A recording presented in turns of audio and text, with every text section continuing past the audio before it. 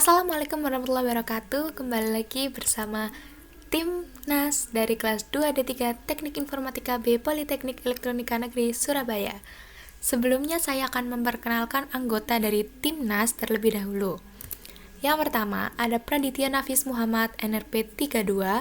Yang kedua ada Nadia Ayu Laksmi Dewi NRP 37. Dan yang ketiga ada Zazabila Sekar Puranti NRP 38.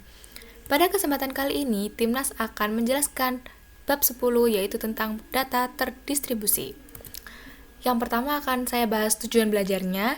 Tujuan belajar dari basis data terdistribusi adalah yang pertama, memahami perbedaan DBMS terdistribusi dan DBMS terpusat, lalu memahami arsitektur basis data terdistribusi, lalu memahami penyimpanan data, katalog data pada sistem terdistribusi, lalu memahami query join dan optimasi query pada DBMS, lalu memahami bagaimana mengubah data, melakukan logging data pada DBMS terdistribusi, yang terakhir, memahami bagaimana menangani kegagalan pada sistem terdistribusi. Selanjutnya akan saya jelaskan tentang pokok bahasan pada bab ini. Yang pertama yaitu pendahuluan, lalu yang kedua ada tipe basis data terdistribusi, yang ketiga ada arsitektur basis data terdistribusi, yang keempat yaitu penyimpanan data pada sistem terdistribusi, yang kelima manajemen katalog terdistribusi, yang keenam query terdistribusi, yang ketujuh joins pada DBMS terdistribusi, yang kedelapan optimasi query pada DBMS terdistribusi, yang ke-9 mengubah data terdistribusi, yang ke-10 logging pada sistem terdistribusi, dan yang ke-11 distributed recovery. Yang pertama, pendahuluan. Pada basis data terdistribusi, data disimpan pada beberapa tempat atau site.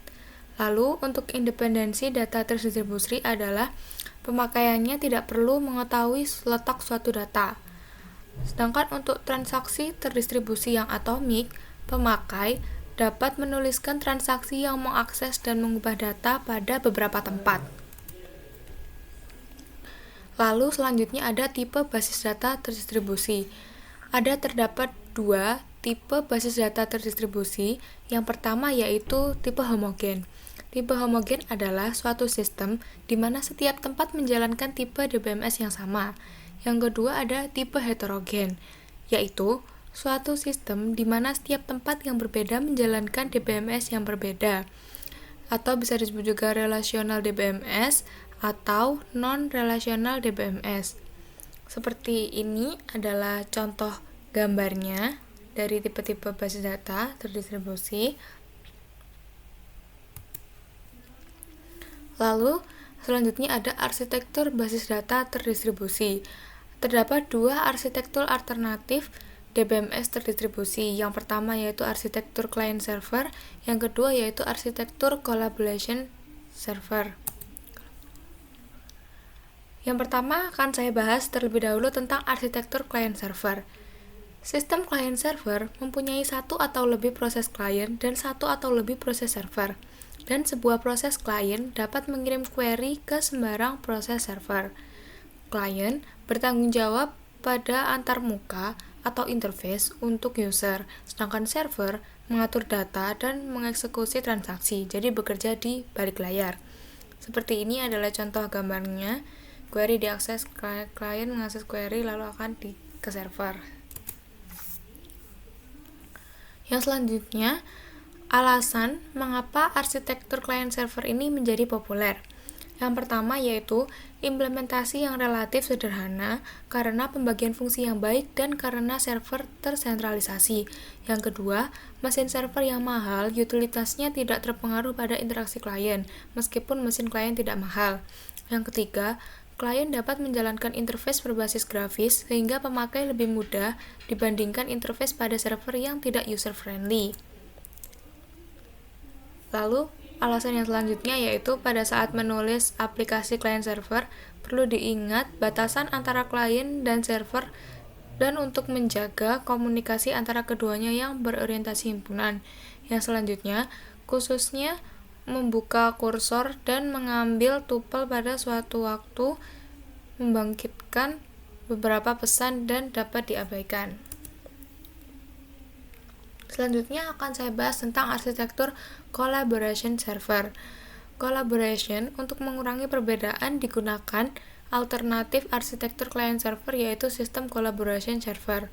Terdapat sekumpulan server berbasis data yang menjalankan transaksi data lokal yang bekerja sama mengeksekusi transaksi pada beberapa server. Jika server menerima query yang membutuhkan akses ke data pada server lain, sistem membangkitkan subquery yang dieksekusi server lain dan mengambil hasilnya bersama untuk menggabungkan jawaban menjadi query asal. Seperti ini adalah contoh analogi dari collaboration system. Yang selanjutnya penyimpanan data pada sistem terdistribusi. Relasi disimpan pada beberapa tempat.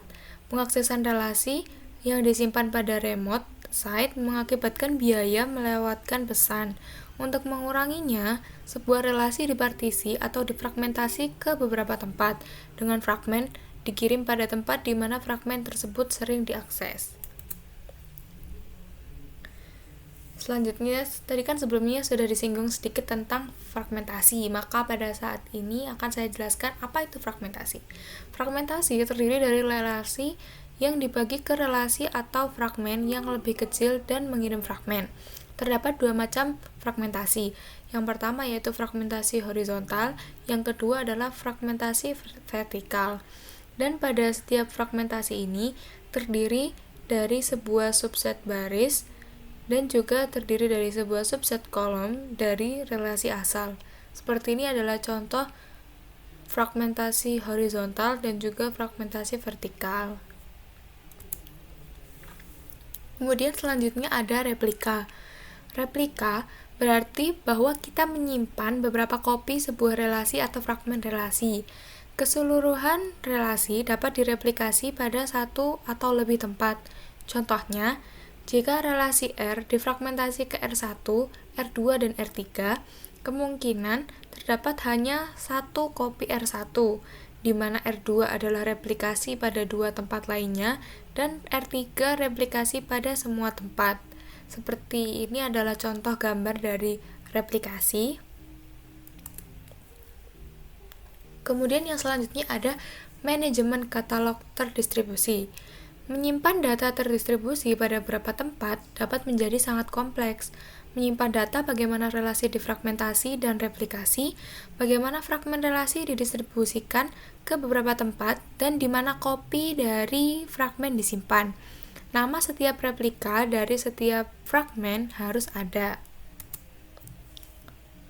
Selanjutnya ada query terdistribusi.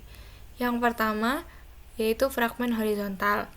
Tuple dengan rating kurang dari 5 pada Shanghai dan lebih dari sama dengan 5 pada Tokyo harus menghitung sum atau age dan count age pada kedua tempat. Jika where hanya berisi S dot rating lebih dari 6, maka hanya satu tempat. Kemudian selanjutnya yang kedua yaitu fragmentasi vertikal. Seed dan rating pada Shanghai, S-name dan egg pada Tokyo Tit pada kedua tempat. Harus melakukan rekonstruksi relasi dengan join pada tit kemudian menggunakan mengevaluasi query. Yang ketiga ada replikasi. Sailor dikopikan pada kedua tempat. Sebagai contoh dari join pada DBMS terdistribusi, yaitu London menyimpan 500 halaman Sailor dan Paris mempunyai 1000 halaman reserve, seperti gambar 7.6. Seperti ini adalah contoh join dari DBMS terdistribusi.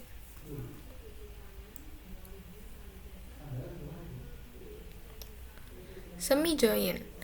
Teknik semi-join ditujukan untuk mengurangi jumlah tuple reserve yang dikirim. Idenya terdiri dari langkah-langkah berikut ini. A.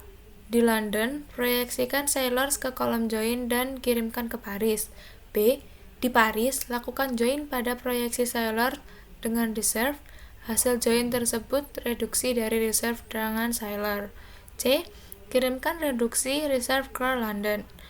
D. Pada London, join sailors dengan reserve yang sudah direduksi.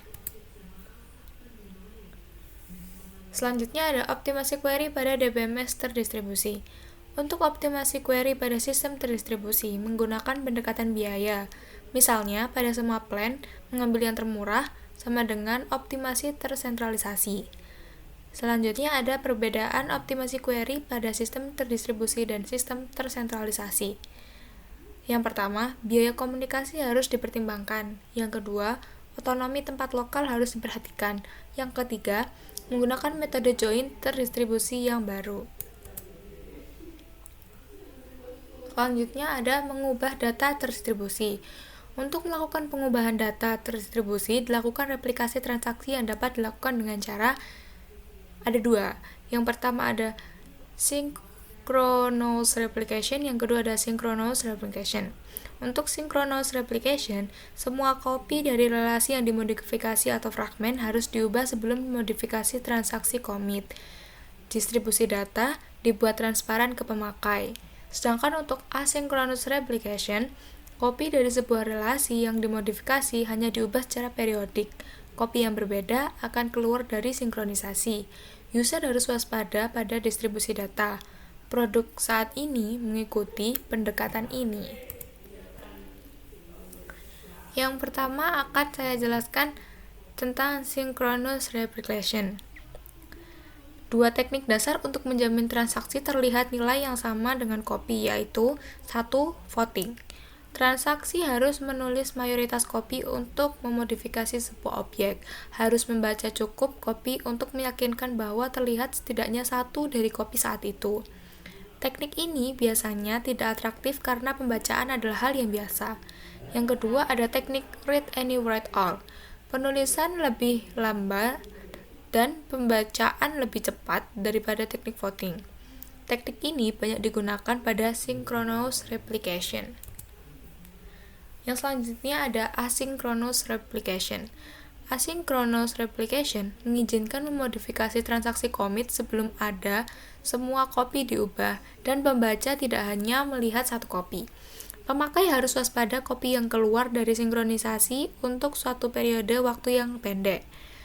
Teknik asynchronous replication menggunakan dua pendekatan, yaitu primary site dan juga peer-to-peer replication. Perbedaan kedua teknik ini terletak pada berapa banyak copy yang dapat diubah atau copy master. Yang pertama saya akan membahas teknik peer-to-peer replication. Pada teknik peer-to-peer replication, lebih dari satu copy dari suatu objek dapat menjadi sebuah master. Perubahan ke copy master harus dipropaganda ke copy lain dengan cara yang berlainan. Jika dua copy master diubah dan terjadi suatu konflik, maka konflik harus dipecahkan. Teknik ini bagus digunakan jika konflik tidak terjadi. Yang selanjutnya akan saya jelaskan tentang primary site replication. Pada primary site replication, tepat satu copy dari satu relasi digunakan sebagai primary copy atau master copy. Replika pada tempat lain tidak langsung diubah. Primary copy dipublikasikan, tempat lain menjalankan fragmen ke relasi ini. Terdapat beberapa copy sekunder. Lalu isu utama adalah bagaimana pengubahan primary copy dapat dipropagandakan ke copy sekunder. Hal ini dapat dilakukan dalam dua langkah. Langkah yang pertama, ambil pengubahan yang dibuat dengan transaksi commit. Langkah yang kedua, aplikasikan perubahan tersebut. Selanjutnya ada implementasi primary set pada asynchronous replication. Isu utama dalam mengimplementasikan primary set replication adalah menentukan berapa banyak perubahan ke primary copy dipropaganda ke copy sekunder. Perubahan biasanya dipropaganda dalam dua langkah, yaitu langkah capture dan juga langkah apply. Perubahan dibuat dengan transaksi commit ke primary copy yang diidentifikasi selama langkah capture dan dipropaganda ke copy sekunder selama langkah apply. Selanjutnya ada mengimplementasikan langkah capture. Langkah capture diimplementasikan dengan satu dari dua pendekatan, yaitu log-based capture dan juga procedural capture. Untuk metode pendekatan log-based capture, log menyimpan recovery digunakan untuk membangkitkan change data table atau CDT.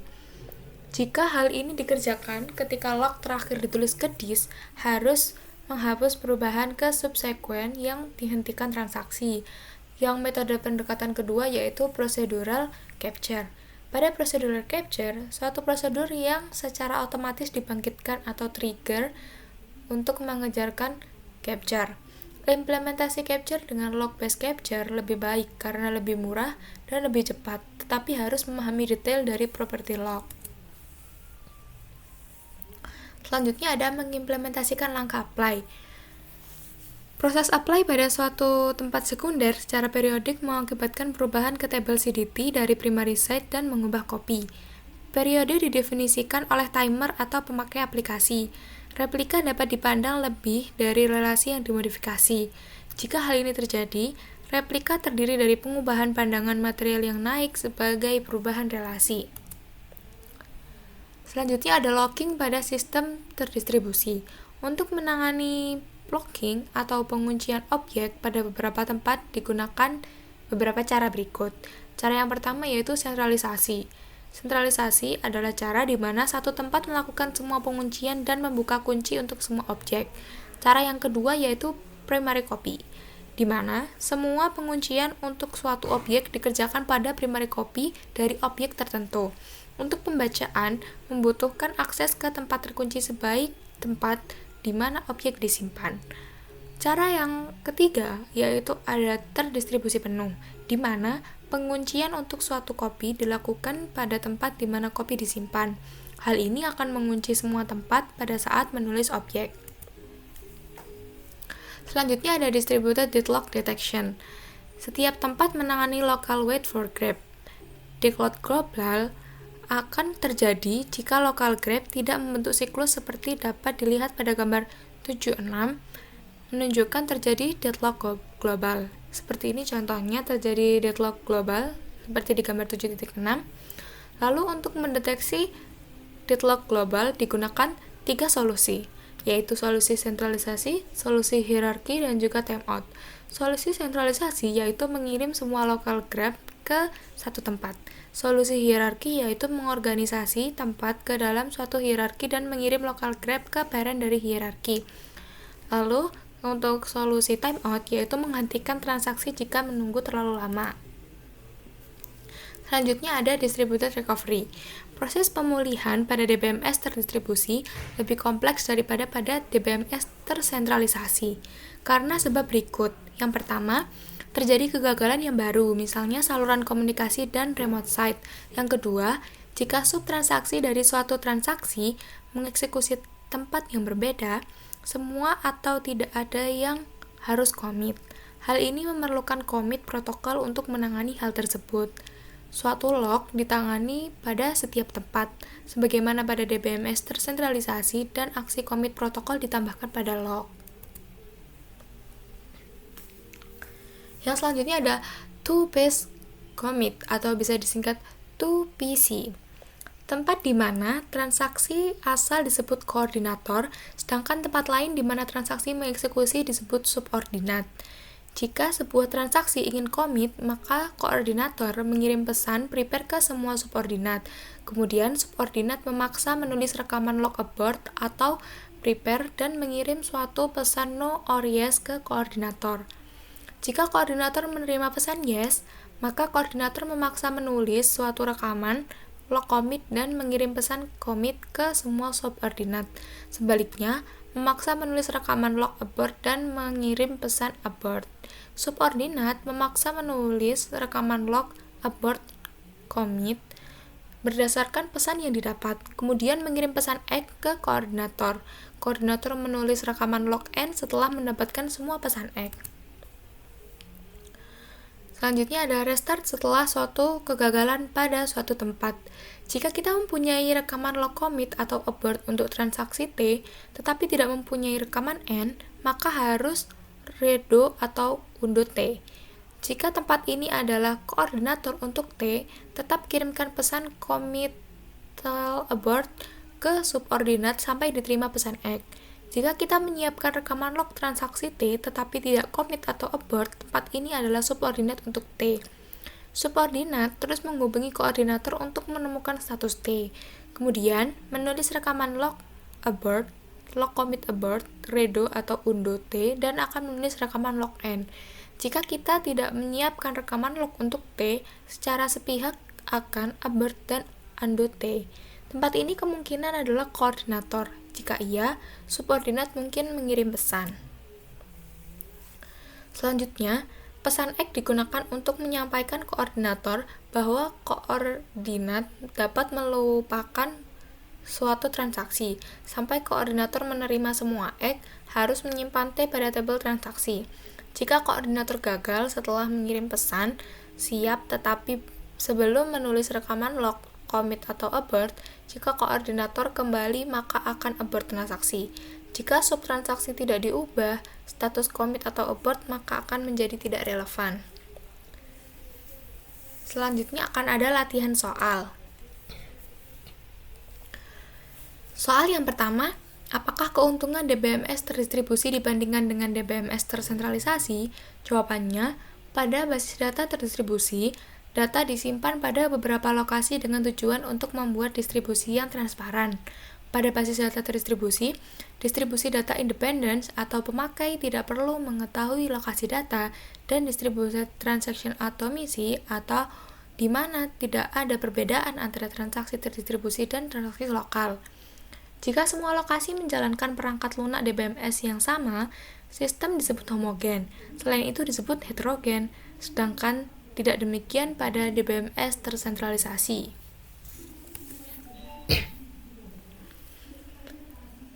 Selanjutnya ada soal yang kedua, yaitu gambarkan arsitektur client server dan collaboration server. Seperti ini gambarnya. Untuk yang gambar sebelah kiri adalah gambar dari arsitektur client server, sedangkan untuk gambar yang sebelah kanan adalah gambar arsitektur collaboration server. Selanjutnya soal yang ketiga. Pada arsitektur collaboration server, jika suatu transaksi dikirim ke DBMS, akan digambarkan bagaimana aktivitas tempat yang berbeda dikoordinasi. Secara khusus, gambarkan aturan manajer transaksi pada tempat berbeda. Konsep atomik transaksi terdistribusi. Jawabannya adalah seperti berikut ini. Ini adalah gambar struktur dari arsitektur collaboration server. Nomor 4, definisikan fragmentasi dan replikasi dalam hal di mana data disimpan. Yang pertama, fragmentasi. Fragmentasi terdiri dari relasi yang dibagi ke relasi atau fragmen yang lebih kecil dan mengirim fragmen pada beberapa tempat. Terdapat dua macam fragmentasi, yaitu fragmentasi horizontal dan fragmentasi vertikal. Pada fragmentasi horizontal, setiap fragmen terdiri dari sebuah subset baris dan relasi asal, sedangkan pada fragmentasi vertikal, setiap fragmen terdiri dari sebuah subset kolom dari relasi asal. Seperti ini adalah ilustrasinya. Kemudian untuk replikasi berarti bahwa kita menyimpan beberapa kopi sebuah relasi atau fragmen.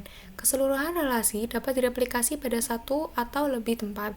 Sebagai contoh, jika relasi L difragmentasi ke R1, R2, dan R3, kemudian kemungkinan terdapat hanya satu kopi R1, di mana R2 adalah replikasi pada dua tempat lainnya dan R3 adalah replikasi pada semua tempat. Seperti ini adalah contoh dari replikasi.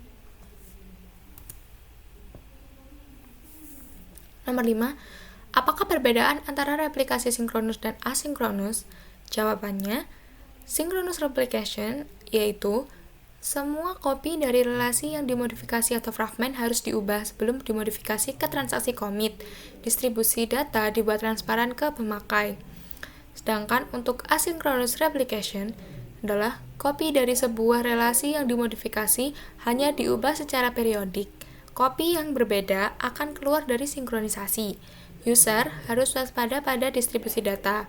Produk saat ini mengikuti pendekatan ini. Soal yang ke-6, definisikan distributed data pada distributed data independence. Jawabannya, distributed data independence pada basis data terdistribusi, data disimpan pada beberapa lokasi dengan tujuan untuk membuat distribusi yang transparan, sehingga pemakai tidak perlu mengetahui lokasi data. Soal yang ke-7, bagaimana teknik voting dan read one, write all diimplementasikan pada replikasi sinkronus? Untuk teknik voting, transaksi harus menulis mayoritas kopi untuk memodifikasi sebuah objek. Harus membaca cukup kopi untuk meyakinkan bahwa terlihat setidaknya satu kopi pada saat itu. Misalnya, terdapat 10 copy, 7 penulisan untuk perubahan, dan 4 copy untuk pembacaan. Setiap copy mempunyai nomor versi. Teknik ini biasanya tidak atraktif karena pembacaan adalah hal yang biasa. Sedangkan untuk teknik read any word all, penulisan lebih lambat dan pembacaan lebih cepat daripada teknik voting. Teknik ini banyak digunakan pada synchronous replication. Selanjutnya soal nomor 8, berikan penjelasan bagaimana asynchronous replication diimplementasikan, khususnya jelaskan maksud dari capture dan apply. Jawabannya, dalam pengimplementasiannya dibutuhkan penentuan berapa banyak perubahan ke primary copy di propaganda ke copy sekunder.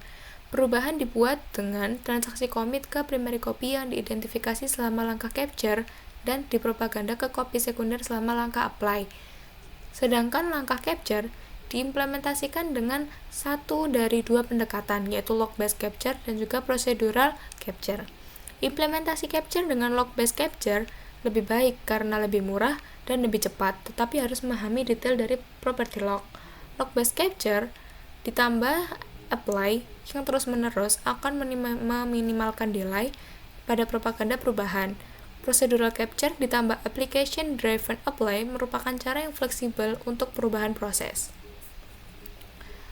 Yang nomor 9, apakah perbedaan antara log-based dan procedural untuk implementasi capture? Jawabannya, pada procedural capture, otomatis membangkitkan trigger dan mengerjakan capture dan kebalikan untuk log-based. Namun, implementasi capture dengan log-based capture lebih baik karena lebih murah dan lebih cepat, tetapi harus memahami detail dari property log. Selanjutnya untuk soal nomor 10, mengapa pemberian nama unik pada objek basis data lebih kompleks pada DBMS terdistribusi? Jawabannya, karena pada sistem data terdistribusi, masing-masing database harus memiliki global database nama yang unik. Nama-nama ini mengidentifikasi sebuah database dari sistem tersebut. Sekian presentasi dari Timnas tentang bab 10 basis data terdistribusi. Mohon maaf apabila ada kesalahan, karena kesempurnaan hanya milik Allah. Terima kasih telah menonton video kami. Semoga bermanfaat. Wassalamualaikum warahmatullahi wabarakatuh.